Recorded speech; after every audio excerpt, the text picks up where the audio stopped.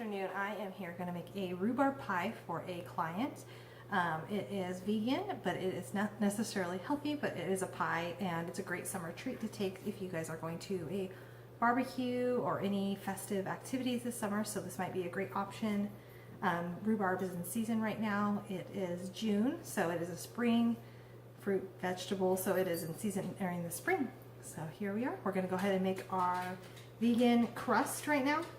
So I make mine in a food processor. It just makes it a whole lot easier than mixing it by hand. But if you are interested in mixing it by hand, you can absolutely do this recipe also. You just have to have all the ingredients. So let's go ahead and dive in. So I have a half a cup of coconut milk, which is just what we use for our non-dairy milk, half a teaspoon of salt, a teaspoon of sugar, 1 stick, which is half a cup of vegan butter, and then half a cup of vegan shortening or vegetable shortening, and then 3 cups of flour. All right, so I start off by adding half of the flour. And then after you have half the flour in, go ahead and put in the vegan butter and the vegetable shortening of your choice. I use an organic one. I just feel a little bit better about it, but not necessary at all. Just use whatever you have available and whatever you feel comfortable purchasing. Also, it's important to keep the ingredients in the fridge or freezer. Freezer is best before you start because it's nice to have a good cold ingredients for your crust. 1 teaspoon of sugar, 1/2 teaspoon of salt, and then the rest of the flour.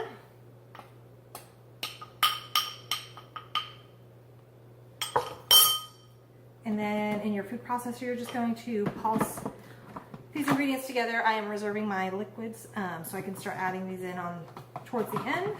So we go ahead and pulse the ingredients together.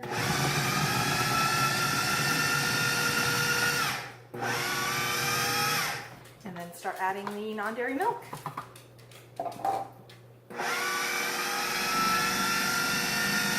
You can see it's kind of coming together. It's harder for the machine to keep working and keep combining it all together.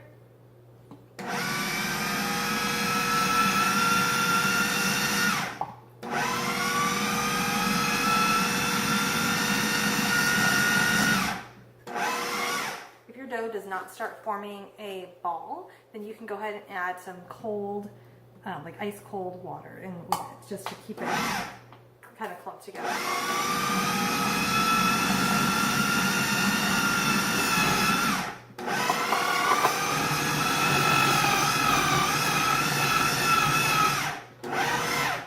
Mine has formed the ball. You can see it in the back of the mixer. Then I go ahead, this is also, just so you guys know, for a double crust, which means I'm going to go ahead and lay the crust on the bottom of the pie pan, and then I'm going to do a lattice or decorative topping on the top. So I'm going to go ahead and roll this out, and I'm going to cut it in half and put it in the refrigerator just to set for about 20 minutes or so it can set up, and all those strands of gluten can combine and relax a little bit after it's been mixed.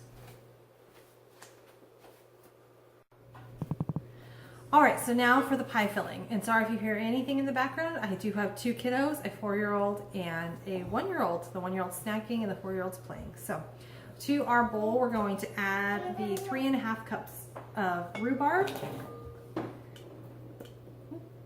And then we're also going to add 2 cups of sliced strawberries. About a tablespoon of orange juice and a little bit of orange zest. Half of a teaspoon of vanilla. And then we're going to add 1/3 cup of sugar, 1/3 cup of brown sugar, and then just for time's sake, I just put them together with 1/4 of a teaspoon of cinnamon. Break that up a little bit and spoon it in. And then for our thickener, I use 2 tablespoons of cornstarch and 2 tablespoons of arrowroot powder. There is just a little bit of salt in here too, 1/4 of a teaspoon.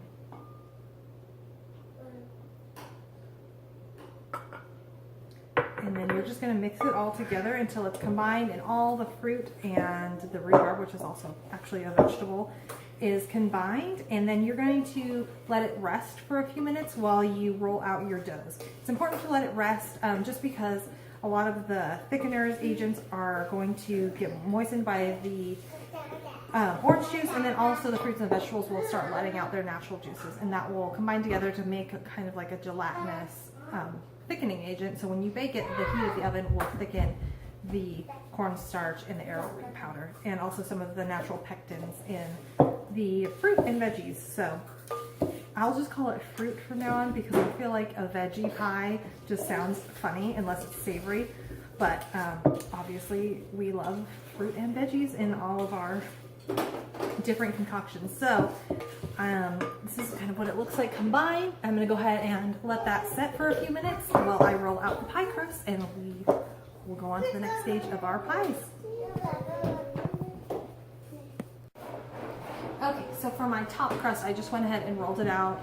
You can use a wine bottle, you can use a rolling pin, you can use anything around your house. And also, I'm using another rolling pin. My son is also using another rolling pin because I wanted some peace and quiet when I was rolling this out, so I gave him a piece, and he's going to make his own little mini pie. So that's a little trick for you mamas out there if you want your kids to be distracted, and it's also nice for them to be able to feel included and help you out if you have the ability to do so. So I just rolled this out to about 16 inches, and then I'm going to fold it in half and then in half again.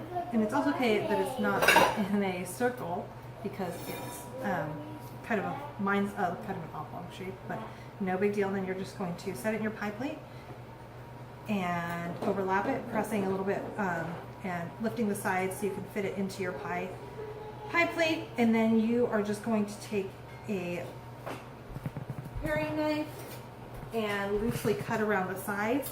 I say loosely because we're going to go ahead and crimp the sides also, and so it just makes it so it is a little less rough around the edges. And then don't forget, just save this pie crust that you have left over, because we will be doing the lattice topping soon, and so we can just incorporate that into the lattice topping, or again, you can give it to your kiddos to enjoy a nice little treat. I think I'm going to have him roll it out, and then I'll probably bake it for him with a little bit of cinnamon and sugar on the top, maybe just cinnamon.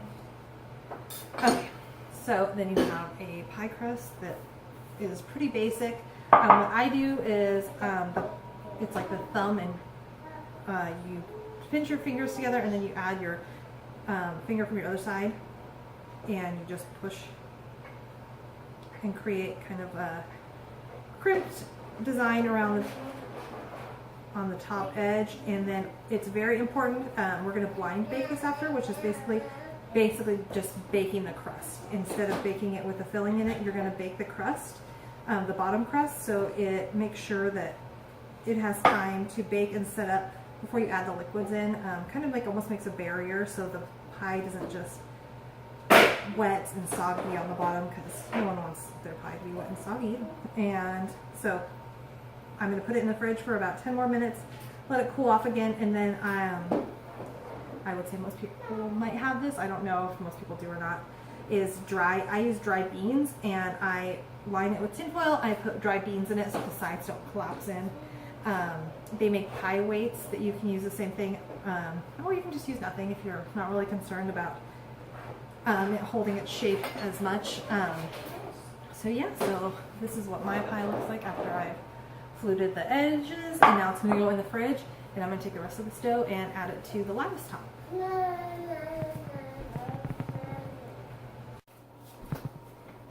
Okay, so I went ahead and blind baked my crust. I have it here, and then I have my filling. It looks a little bit sludgy, and just a little bit of liquid has came off of it, so that's perfect. You can just pour it into your crust. Don't forget to add the liquid too. It will solidify. That's why we added the thickeners in it, and the sugar. Well, that's not really the sugar, but that is just something that the fruit will do. It'll act like all of its pectin and everything will leach out into the liquid and make it so it's a little more solid. And then I'm going to go ahead and work on my lattice crust, and I will be back to show you the finished product. So I just lay my lattice crust a little bit off center for the first piece, and then I do an alternating pattern of the verticals and horizontals just so I can use up kind of my longer pieces. And I also lift it and place the second piece. Some people don't. Some people just place them on top, all on top of each other. I don't, but you could do whichever you want. I like the more like the basket weave look to my lattice crusts. So yeah, so I'm gonna go ahead and do that. I leave about 1 inch by 1 inch square in between each lattice. And again, I'll show you all of that once I'm all done doing the basket weave of the lattice. I also, when I cut the lattice, I cut it with a wavy, I don't know if you can see that. I just have this, like, it looks like a pizza cutter, and it's wavy on the side. You can't see that at all. And a ruler, just to make sure my cuts were all very similar in size. But if you can do it freehand, that's awesome. You should go ahead and do that.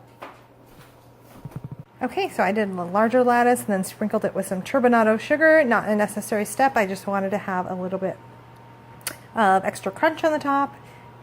And it's going in the oven. Guys, thank you so much for staying with me this long, and I hope that your pies turned out amazing. Here is mine. It's about to go to its new home for a birthday celebration, and I hope that you guys enjoyed the video, and I hope you learned something about making some summer treats for your family and your friends. And if you liked the video, go ahead and give it a thumbs up and subscribe and share it to someone you think might benefit from this type of video. All right, thank you guys so much. You have a wonderful day.